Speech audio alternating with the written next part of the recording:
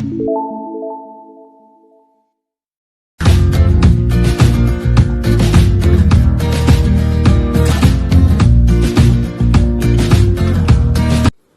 morning students, this is Joy Varghese from Uncovering Chemistry. Today in video 10 we are going to discuss about ideal gas equation chapter, what we say states of matter.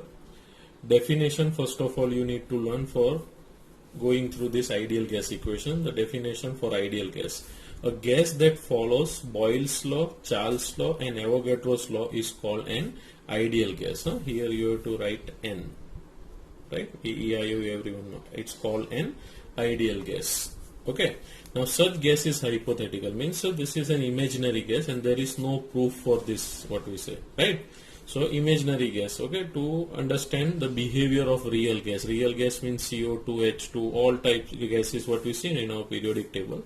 So to understand that, we have this an hypothetical gas, that is ideal gas, means the one which follow all the gas law, that is mainly this what we say, are called an ideal gas. Okay, so now we will go through the next part of that is ideal gas equation. We will derive the relation for this. Okay, for deriving the relation of ideal gas, you can remember this trick.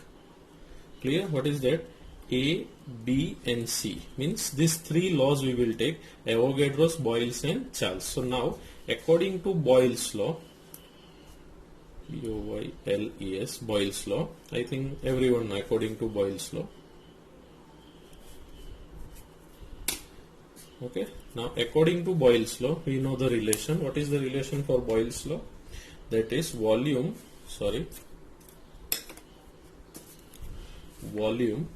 is inversely proportional to pressure at constant temperature and amount of gas. Right, now when we talk about Charles' law, volume is directly proportional to temperature at constant pressure and amount of gas, what we have discussed. And according to Avogadro's law,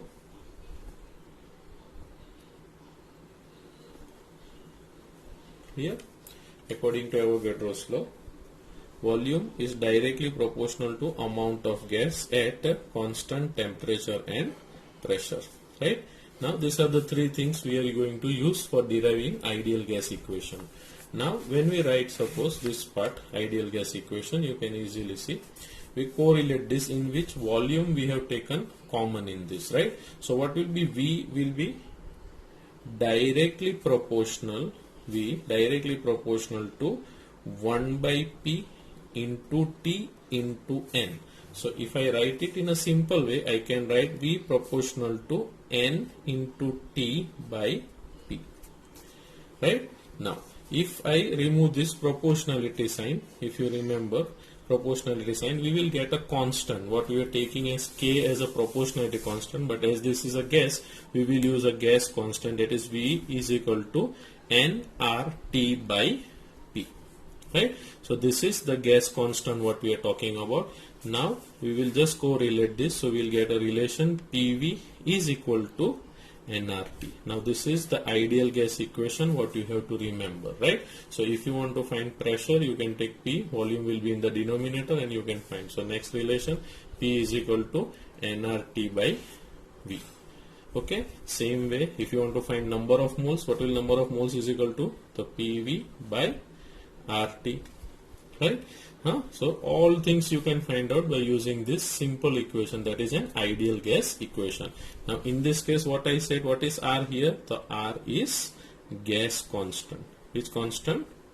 Gas constant. The value of this R is given in your textbook. I will explain how and what to remember for these values. Okay, now this is a simple relation for ideal gas equation. Now we will go through the relation. Now we will go through the relation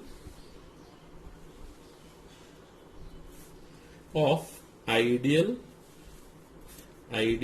gas with density and molar mass right. So now in this case, when we say, we know the formula PV is equal to nRT, what we have seen, right? Now PV is equal to, now instead of is the N, I'll write M upon Kp, that is mass upon molar mass into RT, right? Because we can write here N is equal to mass upon molar mass, right? Now I will just simply change the relation. P is equal to M by V into RT by M, into RT by M, what we say, huh? So what is M by V is equal to, we know mass upon volume is density, so P is equal to dRT by M, what we say, huh? D for density I am taking here, rho we have to write, but here I think this is clear. So this is a relation we got of pressure and density. We have studied in earlier cases pressure directly proportional to density. So if I think this part is clear to you, right? So this is the relation of ideal gas with density and molar mass. Now the values of R, there are three values of R given in your textbook, you can see. Now, these are the three values of R what are given in your textbook. So I will just explain you in a very simple way how to remember this, clear, and what to take care while writing or selecting the values of R. Okay. Now according to our formula, we know PV is equal to nRT, right? So now if I want to find the value of R, what will be? R is equal to pressure into volume upon N into T, we can write, right? Now according to a textbook what is given, if I want to find the value of this pressure, now suppose, always remember in this case that you remember what is the unit of pressure, pressure unit what is taken, and also the unit of volume. These are the two things you have to remember for selecting the value of R, gas constant, right?